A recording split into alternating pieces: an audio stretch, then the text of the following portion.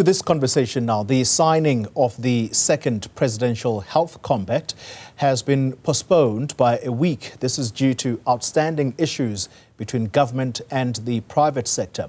One of the stumbling blocks is the fact that Business Unity South Africa refuses to sign, as it says it cannot support a policy that explicitly endorses the National Health Insurance Scheme in its current form. A social policy special advisor to President Cyril Ramaphosa is Professor Olive Shisana. She joins us now via video link from Limpopo. Good evening to you, Prof, and thank you very much for your time. Before we launch into the second Presidential Health Compact, I'd like for us to just quickly get up to speed with the implementable steps toward the realization of the national health insurance. And I want to begin with what you wrote about this Sunday on the Sunday Times, where you say 149 primary healthcare facilities have been completed in several provinces. What kind of facilities are we talking about here, Professor? And do they cover all 9 provinces? First of all, good evening, and thank you for inviting me to come again to this particular TV show. What we are talking about is preparation of the primary care facilities, which includes clinics and community health centers, and improvement, obviously, of district hospitals to make sure that when people go there, they can be able to get services in a facility that is ready to provide the services. So that is what we're talking about. And it's important because it is part and parcel of preparation for implementation of the national health insurance. People have been saying that facilities are not that great. And we are saying we have started implementing the National Quality Improvement Plan, which is supposed to improve the standard, not only of the facility, but also of the care within that facility. Yeah. Do these cover all 9 provinces, Professor? Because there are 149 of them that you say have been completed. Yes, they do cover provinces because the ministers, the MECs of health all come together. They look at where the services are supposed to be provided, and their officials are working to implement the decisions that they've taken to make sure that the services are in great shape. Yeah. But I must say there's still a lot to be done. I mean, it's 149 doesn't mean that everything else has been done. We're still on our way to making sure that all of them are in great shape. Yeah. You also talk about the health patient registration system, which has been developed and is being implemented. Again, I'm using your words, extracting from that article you wrote in the Sunday Times. What is this system intended to achieve? Well, the system is intended to ensure that when you go to one facility and they pull your medical record, that medical record, you should be able to access it regardless of which facility you are going to be at. With the National Health Insurance, what we're aiming to do is that you must be able to get access to your medical record, or your doctors get access to your medical record, regardless of where you are in the country. That is going to be critical because it means that you don't have to repeat the same tests that were done. You can simply pull those tests, look to see what the other doctors have said about your own health, and then be able to look at the test results that came up and then take the patient from there. So that improves the quality of the healthcare system, and it also reduces the cost of repeating the same tests or the same procedures that were done earlier on. Yeah. Medicine availability at public healthcare facilities is another priority, and you say that this has been maintained at more than 85% of required stock. So how are you tracking this, and how accurate is your assessment tool? Because this is a massive health system. What happens is that the government has got what they call an essential list of medicines. In other words, a list of medicines that should be available at every facility. So we meet on a quarterly basis with all of the provinces and who are part and part, not all the provinces, all the representatives, and including the National Department of Health. And we get a report from them to say how many of these facilities have access to, have medicines that are part of the essential medicines list. And they are able to provide that information because they've got a database that they are keeping on what is available in order to provide healthcare for people. So they have a system in place that is used to be able to capture the information that is needed. Let's then get into the signing of the second Presidential Health Compact. That is upon us. My understanding is that this is going to be an evaluation of the impact of what is called the 5-year Human Resources for Health Plan.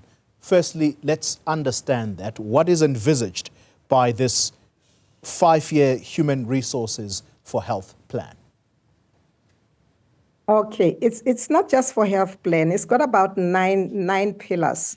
What we have is a comprehensive framework which is going to be used to improve the healthcare system as we prepare towards the national health insurance. Hence, the theme of the summit that was held in 2018 was accelerating health system strengthening and national health insurance implementation. Now, the entire theme of that Presidential Health Compact, that is for 2024 to 2029, is actually moving the country towards universal health coverage achieved through the national health insurance. That is what it's supposed to be. Now, the Presidential Health Compact is a presidential initiative which was established by President Ramaphosa in 2019. The compact, as I indicated, is a framework of cooperation between critical sectors in South Africa that significantly influence good health outcomes. It also has a monitoring and evaluation component where the roles and responsibilities are assigned to different stakeholders. Some of them are government who are not stakeholders, but the rest of the others are stakeholders that are called upon to come and assist the Department of Health in implementing all of these strategies in preparation for the national health insurance. Yeah. There is also what is supposed to be a policy framework for preferential procurement of public and localization in the healthcare sector, Professor. Immediately, when people hear those words, the prevention of corruption becomes an issue. And so the question is that going to be built into the system so that corruption is completely prevented? Yes. If you recall, we have the Health Sector Anti-Corruption Forum, which is part and parcel of this Presidential Health Compact. They actually work very closely with Pillar 6, which is looking at the governance, of the health system. And what it does, and which is really fantastic, is that it brings together the Department of Health, the labor in terms of NHI, the outer, the Section 27, and all of these institutions that are focused on the question of corruption. And they sit down and develop a framework on how to prevent corruption before it occurs.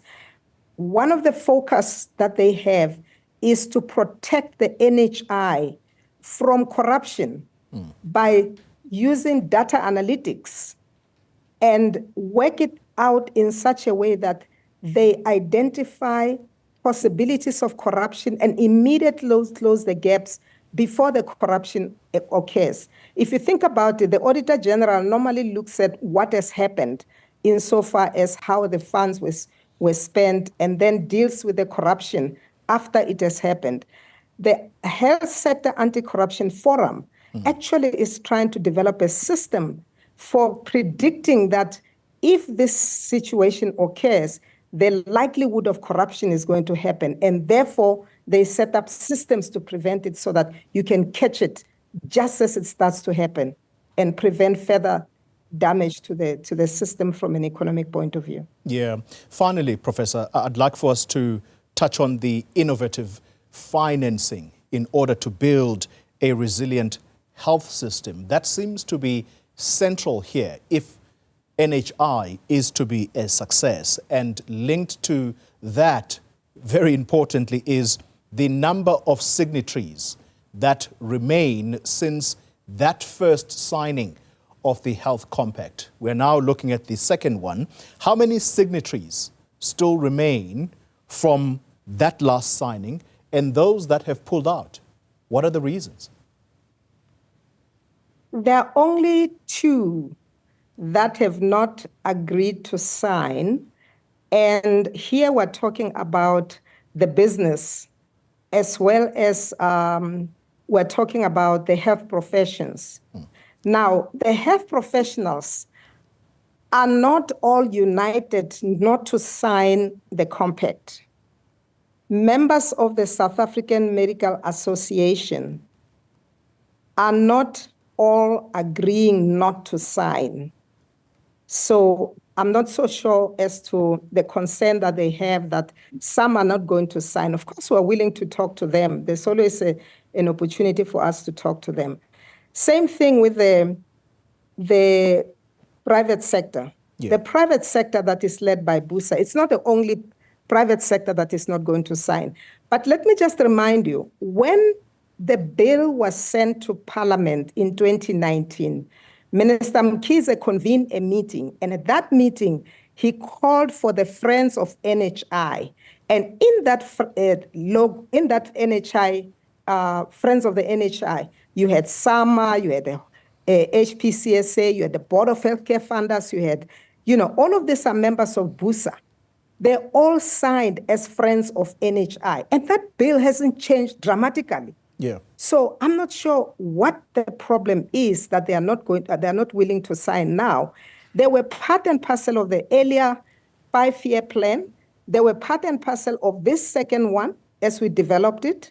Even the plan itself has got a section that deals with the issues that they were addressing. They are all in there. So I'm not so sure why do they not want to sign the document that they've developed. They actually developed it. Yeah. We haven't changed anything insofar as the theme, insofar as the national health insurance. But I can understand that, in a democracy, people have got the right to change their minds. And if they change their minds and they still want to talk with us, we are always open to talk to them because we meet on a quarterly basis. So they should join us and we can have a conversation and talk about the things that need to be done, because that's where the place is for resolving all of the differences. Yeah. Is participating in this forum. Professor Shisana, I've only got a minute left. BUSA is a massive body that represents the private sector business entities. If they are not going to sign here, how critical a stakeholder are they in moving the process forward? Because if they don't sign, are you saying that the other signatories that remain, I think there's about over 200 of them, if BUSA does not sign, does this still move ahead without really, with no big concern? Yes, I don't think that they are signing. It causes an impossibility in terms of implementation. No, we have representatives of more than 230 organizations that are interested in assisting in terms of getting the compact to be signed and to implement the decisions that have been taken by all of those people that attended which was more than 1,400 people that actually attended, if you include those that attended in person as well as those that attended virtually. So as far as we're concerned, there is a massive support, for the Health Compact. And we hope BUSA, as well as SAMA, will come back, because the only place that you can have to come and have conversations is the compact. It's where we're discussing these agreements. There are still a lot of things we want to do with them, and we hope they're going to come back and then participate with us. Professor Olive Shisana, I hope to talk to you again sometime soon, because if there is another extension, meaning that this signing is moved further down, then it means that there are major hurdles along the way. But for the time being, we're going to have to wait and see whether the signing indeed does go ahead, and more importantly, it will include BUSA. We're going to have to wait and see there. Professor Olive Shisana is an advisor, a special advisor to President Cyril Ramaphosa, advising on social policy, including matters of health.